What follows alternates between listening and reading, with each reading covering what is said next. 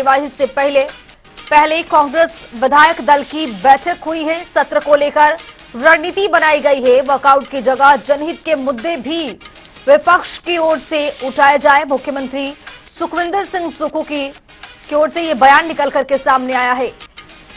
तो आपको बताते चले कि आज मॉनसून सत्र का आगाज हो गया है।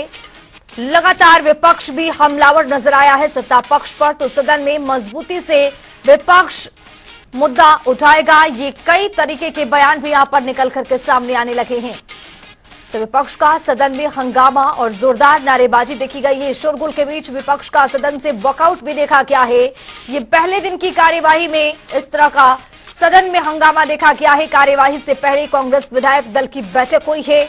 बैठक में तमाम तरीके की रणनीति को तैयार किया गया है कि आज की जो कार्यवाही होगी वो किस तरह की होगी।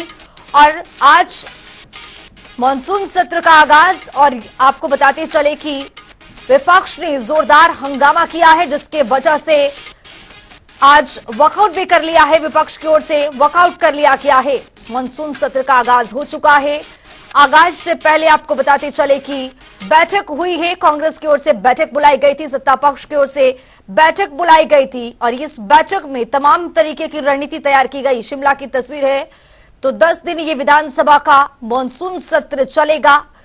शोकितगार से शुरू हुई है सदन की कार्यवाही, और मॉनसून सत्र के आगाज के आज पहले ही दिन आप देखिए किस तरह से सदन से वॉकआउट कर लिया है विपक्ष ने।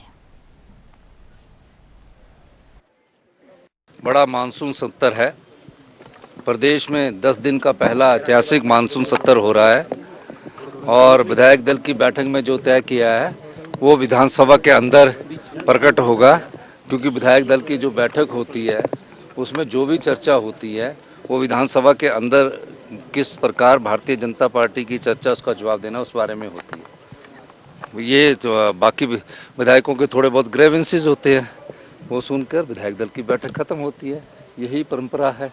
तो मैं ये कहना चाहता हूं कि इस 10 दिन के मानसून सत्र में भारतीय जनता पार्टी को जो भी उनकी भावना है, जो भी भारतीय जनता पार्टी ने जिस प्रकार लोकतंत्र की हत्या की थी, उस मुद्दे पर भी अगर वो चर्चा करना चाहती है, जिस भी मुद्दे पर वो चर्चा करना चाहती है, प्रदेश सरकार तैयार है। और जनता से जुड़े मुद्दे, कर्मचारियों से जुड़े मुद्दे, सरकार किसानों से जुड़े मुद्दे, युवाओं से जुड़े मुद्दे और रोजगार से जुड़े मुद्दों पर भारतीय जनता पार्टी को चर्चा लानी चाहिए। चर्चा लाने के बाद वॉकआउट नहीं करना चाहिए।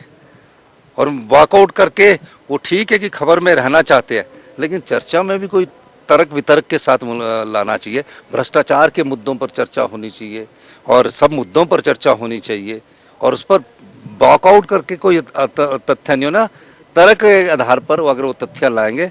इसीलिए 10 दिन का मानसून सत्र रखा है, और मैं दावे के साथ कह सकता हूँ हमारी सरकार उनका पूरा जवाब देगी। सचिवालय के बाहर लगातार पिछले लंबे समय से जो है वो हर रोज वहां पर नारे लगा रहे हैं अपने मुद्दों को लेकर के, और इसके अलावा बहुत सारे चीजें ऐसी हैं जिन बातों को लेकर के बात करने की मुझे लगता है कि जो गुंजाइश है उन पर हम बात करेंगे, और सरकार को जवाब देना होगा। उन्होंने ये कहा है तो उन्होंने ये गलत कहा है। सर्वदलीय बैठकें पहले भी हुई है कई बार, एक बार ने अनेकों बार वो नहीं आए, और कल जो खासतौर से जो परिस्थिति बस नहीं आना हो पाया तो हम उसी तक ही सीमित थे। लेकिन अगर परंपराओं का जिक्र कर रहे हैं, परंपराओं की धज्जियां तो आप लोगों ने उड़ाई है, कांग्रेस ने उड़ाई है। इस बात को लेकर के बड़ा स्पष्ट रहें सरकार के। और मुझे इस बात को लेकर के, हम विधानसभा के अध्यक्ष के बारे में सम्मान रखते हैं उनके प्रति, लेकिन एक बात, विधानसभा के अंदर अध्यक्ष महोदय जो कहें, जिस तरह का निर्णय करें, उस पर हम बहुत ज्यादा नहीं बोलते। वो बात वहीं खत्म होनी चाहिए, और खत्म होती भी है, और हमने खत्म की भी।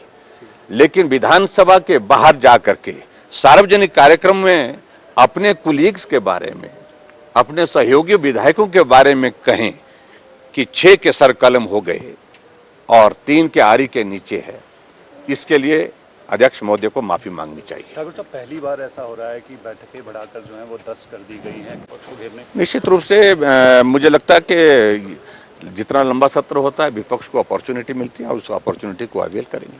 Thank you.